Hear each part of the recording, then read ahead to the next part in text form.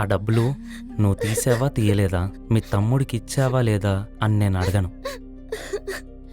నేను చాలా క్లియర్గా ఉన్నాను రేఖ. అక్కడేదో మిస్అండర్స్టాండింగ్ అయ్యే ఉంటుంది. ఆ డబ్బులు నువ్వు తీయలేదని పూర్తి నమ్మకం నాకుంది.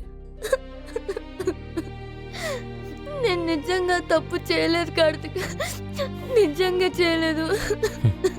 నాకు తెలుసు. నువ్వు ఎందుకు ఏడుస్తున్నావు చిన్నపిల్లలాగా? కార్తిక్ కళ్ళు తిరుగుతున్నాయి కార్తిక్. రేఖ రేఖ రేఖ రే ఏమైంది రేఖ? ఏయ్ అరే ఏమైంది? ఎలా ఉంది అత్తమ్మ దెబ్బ? దాన్ని చూస్తే నాకే పాపం అనిపించింది. ఆ మాత్రం పవర్ లేకపోతే ఎలా అత్తమ్మా? ఇంకో 2-3 దెబ్బలు పడితే దానంతలేదు బట్టలు సర్దుకొని వెళ్ళిపోతుంది.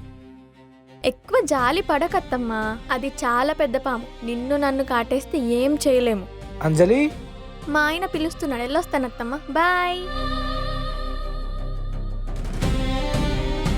ఏమైంది నీకు సడన్ గా? ఏమో కార్తిక్, పొద్దున్నుంచి చాలా నీరసంగా ఉంది, కళ్ళు తిరుగుతున్నాయి. రేఖ ఒకసారి టెస్ట్ చేసుకుంటావా? నాకెందుకో డౌట్గా ఉంది.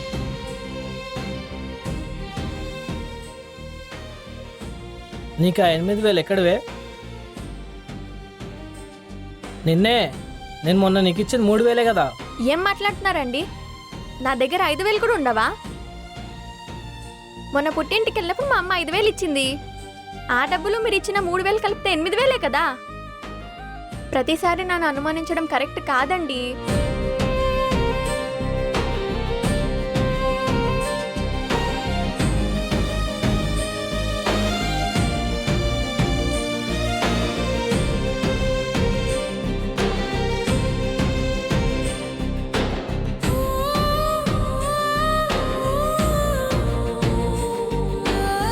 కార్తిక్, నేను ప్రెగ్నెంట్ అయ్యాను కార్తిక్.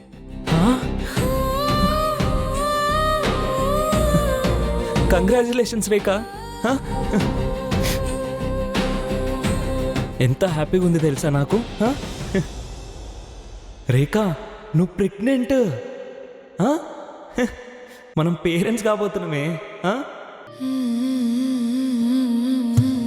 ఇలాంటి సమయంలో రేఖకు పిల్లలు కావాలని అస్సలు లేదు, కానీ కార్తీక్ పిల్లలు కావాలని ఉన్నాడు. ఇప్పుడు నా కోడలు ఏం చేయబోతుందో ఏమో.